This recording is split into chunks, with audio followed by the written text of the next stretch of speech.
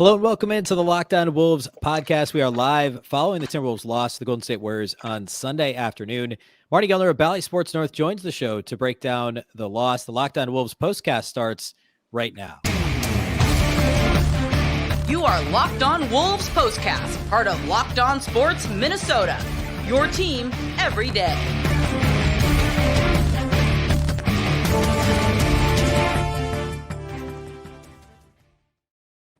Hello and welcome into the Locked On Wolves podcast, part of the Locked On Podcast Network, your team every day. My name is Ben Beecken. I'm the host of Locked On Wolves. Marney Gellner of Bally Sports North is with me to talk through the Timberwolves lost the Warriors on Sunday.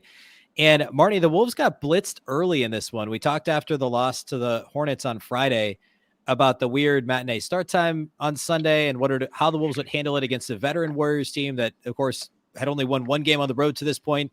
But Golden State came out far more ready to play in this one, it seemed like. Yep, and that was everything. The first quarter was everything. Golden State outscored Minnesota by 20 in the first quarter and only 3 the rest of the way. Second quarter, dead even. Third quarter, dead even. Fourth quarter, 3-point advantage. But 20-point advantage in the first quarter. That was it. That was the story. Yeah. The Timberwolves, the Warriors got to 40 points with more than 3. It was like almost 3.5 minutes left in the first quarter and scored 47 in the quarter. I think I saw that was the third most points Golden State's ever scored in a first quarter in their history, which is crazy. Yep. Golden State was running the floor. It was primarily transition defense was the number one issue. And we could spend a whole show talking about that being one of the Wolves' primary issues this season. And I'm going to dig a little bit more into that on the Locked On Wolves show this week. But transition defense, first and foremost, offensive rebounding. I know the box score at the end of the game said the Wolves only gave up 8 offensive rebounds, but they were timely. A number of them were early in the game when the Warriors were building this lead. There were a couple big ones late in the game when the Wolves were trying to get back into it. But those are two issues. The half-court defense has been pretty good this season, and I thought was solid for most of this game. It was really transition defense and, loose ball, getting to 50-50 balls, defensive rebounding were the primary issues early in this one. Yes, and when you said the Wolves got blitzed by Golden State, I think you used that term in your opening comment, and talking about Golden State running and taking advantage of turnovers. I mean, they were running on makes. Like the Wolves would make a basket. It happened twice in the first quarter where the Wolves made a basket and Golden State got a layup out of it at the other end. I mean, that's just ridiculous. That you just can't let that happen on your home court. Once, fine, okay, it's going to happen once. But when you know a team is trying to do that, and then you let it happen multiple times, it's just kind of adds so much frustration on top of a game where you're losing. So the frustration comes along with that. But when you make plays like that or don't make plays like that, it just kind of compounds it. Man, that was frustrating. Yeah, so it's 47-27 after the first quarter, and the Wolves played the Warriors even the rest of the way. The second and third quarters exactly even. The Wolves actually, before the last 3.5 minutes or so, the fourth, which was effectively garbage time, the Wolves actually had played I think it was a little better than even to that point, and it ended up just being a -3 of the rest of the game if you take the first quarter out of it. So obviously that's 25% of the game. It matters, but there were some positives in the middle of the game. The Wolves shot the ball much better, and we can maybe talk about that a little bit later here in the postcast. But I also want to touch on right now the end of the game. The Wolves got back to within 10. And Ant hit a big 3. The Warriors called timeout. There were roughly 5.5 minutes left. And then the Warriors had a loose ball. They actually had a miscue coming out of their timeout. They messed up their set. The ball's kind of bouncing in the middle of the floor. I think it was Austin Rivers was defending Curry, had his back to the ball, and nobody grabbed it. And then, of course, the possession ends with Steph hitting a 3, and then you get a couple Klay Thompson 3s, and that was basically it. The Wolves showed a lot of effort getting back into it, but then when it really mattered, when they got back to within 10, the Warriors were able to put the pedal back to the metal, and it just wasn't enough for Minnesota. Yep, and I know exactly the part of the game that you're talking about because I noted it too. I noted the score, 118, 108, 5.5 to go. Steve Kerr calls the timeout, and then what could have been a Golden State turnover, and which, let's say, the Wolves score there. Now it's an 8-point game, maybe a 7-point game with 5.5 to go. I mean, that's incredible after being down 20 in the first quarter and 20 almost essentially the rest of the game to that point. But that's exactly what happened. Is like Golden State got possession of the ball, and then it went Steph Curry 3, Klay Thompson 3, Klay Thompson 3. Just like that 9-0 run, boom, before you could even blink. Just when the Wolves just got themselves back into it, and now Golden State's getting a little nervous. The crowd's getting into it. The whole thing shifted to Minnesota's side in terms of momentum, and in almost the blink of an eye, it went exactly the other way. Yeah, I want to talk about some of the things that went well for the Wolves. First, let's talk about our presenting sponsors at Turo. Turo is the world's largest car sharing marketplace. With Turo, you can book any car you want wherever you want it from a community of local hosts. Browse a huge selection of vehicles for just about any occasion or budget. You can book an SUV or a minivan for a family road trip, a pickup truck for some errands, or even test drive an EV. Every trip is backed by liability insurance. Terms, conditions, and exclusions apply. Forget boring rental cars and find your drive at Turo.com. There were some positives in this game. As I mentioned, I mean, like, yes, the Wolves lost by 23. If you glance at the box score, you'd say, how could there possibly be? But the Wolves actually shot the ball pretty well. And that was a huge issue in Charlotte on Friday. It has been for much of the season. They came into the game shooting under 33% from three, like 27th in the league in 3-point percentage.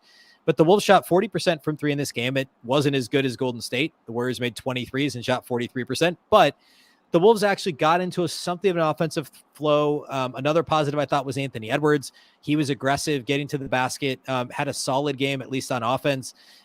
So at least offensively, the Wolves showed some life after that sluggish start to the first quarter. Yeah, Ant in particular, who had 4 points at halftime, and then he had 22 in the second half. He had 15 of them in the third quarter.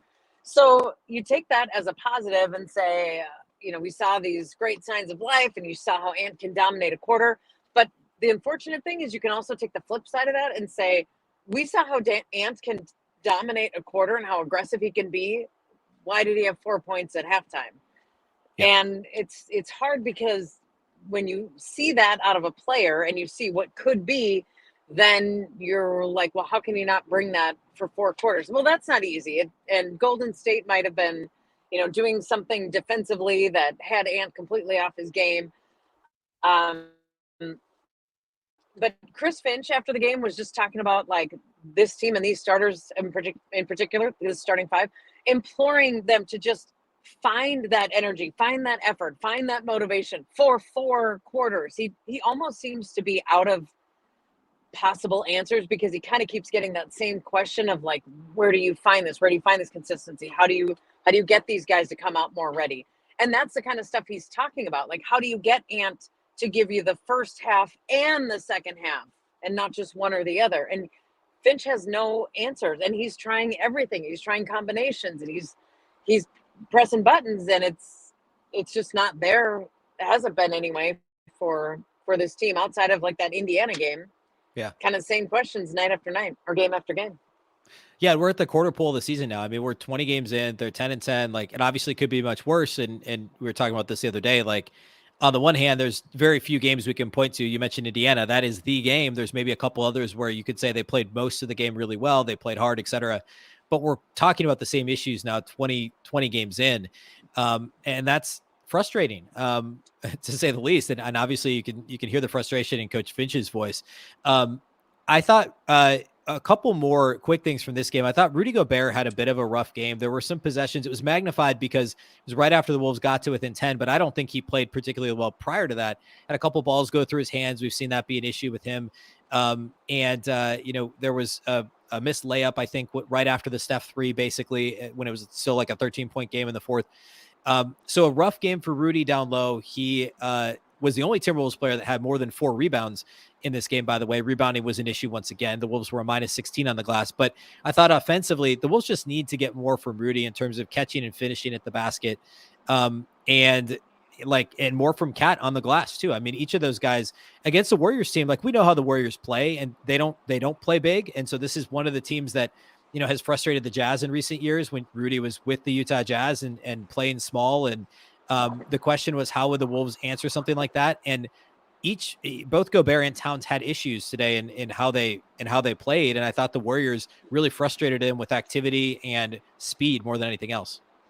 And Draymond Green. I thought he got under their skin, yes. Both of them at different times. And sometimes it's for just being a good player and out hustling or out maneuvering. And sometimes it's doing the things that kind of walk the line between foul and no foul, whatever it is. But this was a Draymond Green and influenced game, even though the box score wasn't tremendous for him. But the way that he impacted what Carl did and what Rudy did, I thought was pretty significant, especially if you're watching it, you're watching off the ball. Watch Carl try to get position against Draymond and the flailing by both of them as they're jockeying for position. Like, that was pretty constant throughout the game anytime Draymond was on the court. Yeah, and Towns shot 7 of 9 on 2-point attempts in this game. He actually got more post touches than I remember him getting at all recently in this game. The Warriors were guarding him essentially one-on-one in the post. And like, he scored on Kuminga, he scored on, I think Klay Thompson guarded him in the post a couple of times. Like, he scored on whoever guarded him except for Draymond. Towns was effective when he got the ball, but like you said, it was jockeying for position. It was getting to a somewhere on the floor where he could receive a pass. And the 3-point shooting struggles continued for Towns. He missed his first 4 in this game before he made his last one. So the Wolves now head to Washington. They have a quick turnaround to the East Coast, lose an hour to play the Wizards, who are playing as we record this against the Celtics. So the Wizards could be losers of 3 straight coming into this game if they do lose to Boston.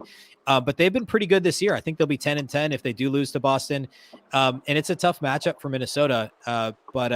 I mean, what do we need to see differently from the Wolves on Monday against the Wizards than we saw Sunday? Obviously effort, but I mean, is there any sort of, in the next less than 24 hours sort of magic bullet for the Wolves?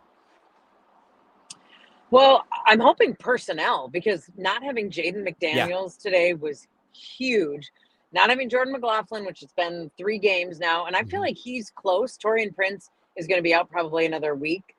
But those 2 in particular, to not have Jaden, either J-Mac, was pretty significant. So I don't know. I didn't get a sense on Jaden McDaniels if it was in a long-term, like anything beyond sickness. Chris Finch was asked about it in his pregame press conference, and he just didn't really have an elaboration. He hadn't even seen Jaden at that point. It was an hour and a half maybe before the game, and he just said, I haven't seen him, but my assumption would be that he's going to be out. And that's really all we got. So better effort, start to finish. I mean, we didn't see a whole lot of it in Charlotte. We didn't see it in the first half, at least enough of it today against Golden State. So if I'm going to give you one thing, it's going to be the effort, the will, the want to, the energy, all of those things, the intangibles, because they fix a lot of the statistical stuff. So that is what I would like to see from this Wolves team tomorrow in Washington.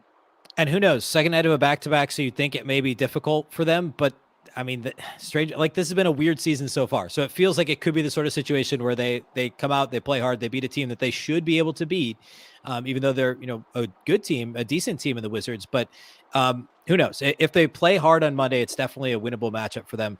We'll, of course, go live following that game. Wolves-Wizards is a 6 p.m. Central tip on Monday, so roughly 45 minutes or so after the game, we'll go live on the Locked On Minnesota YouTube channel, as well as posting this after the fact on Locked On Wolves, all the audio platforms as well. Be sure to subscribe to Locked On Sports Minnesota and Locked On Wolves wherever you listen to podcasts. Thanks for listening. Thanks for watching, and we'll catch you next time.